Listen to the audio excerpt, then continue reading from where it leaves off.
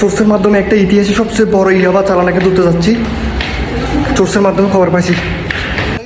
Guys, একদিকে মানুষ বন্যায় কবলিত মানুষের হাহাকার, আরেকদিকে দেখুন কিছু দুষ্কৃতী আছে, কিছু অপরাধী আছে যারা দেশকে ধ্বংস করার জন্য, দেশের দুর্বল সমাজকে ধ্বংস করার জন্য বড় বড় ইয়াবা চালান বিক্রি করে তারা রাতারাতি কোটিপতি হতে চায়।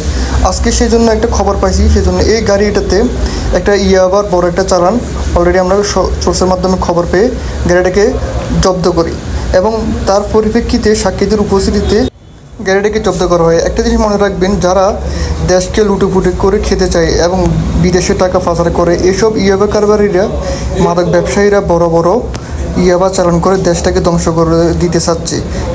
তো দেখুন এখানে কতগুলো অ্যালকোহল, এই অ্যালকোহলগুলো যদি কেউ সেবন করে তার হিতাহিত জ্ঞান থাকে না, মস্তিষ্ক বিকারগ্রস্ত হবে এবং মা বাবাকে চিনবে না, বোনকে চিনবে না, গালি গালাজ, সংসার অশান্তি সব কিছু এই নেশা জাতীয় দ্রব্যের কারণে হয়ে থাকে।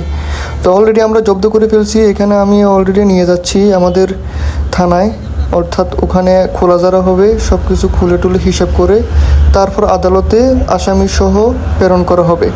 তো আমি অলরেডি নিয়ে গেলাম, এখানে অনেকে নিয়ে যাচ্ছে, সবাই চোরসমোল যারা আছে সবাই এখানে, সাক্ষীরও আছে অনেক, সবার উপস্থিতিতে এগুলো আমরা আমাদের থানায় নিয়ে যাচ্ছি।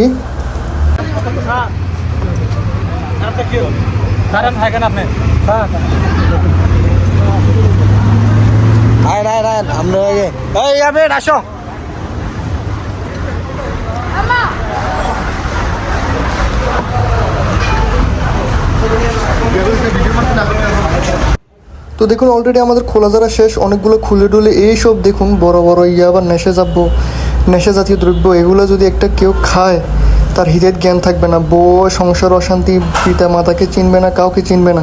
সুতরাং এগুলাকে কোনোভাবে প্রশ্রয় দেওয়া যাবে না। আমরা অলরেডি ধরে ফেলছি এবং অনেক কষ্ট করছি। যাই হোক, এই দেখুন অলরেডি এটা হলো আসামি এবং আমাদের পুলিশও আছে এখানে। তো সবাই ভালো থাকবেন এবং সবাই মাদক মুক্ত থাকবেন এবং বাংলাদেশ পুলিশের জন্য সবাই দোয়া করবেন। আসসালামু আলাইকুম।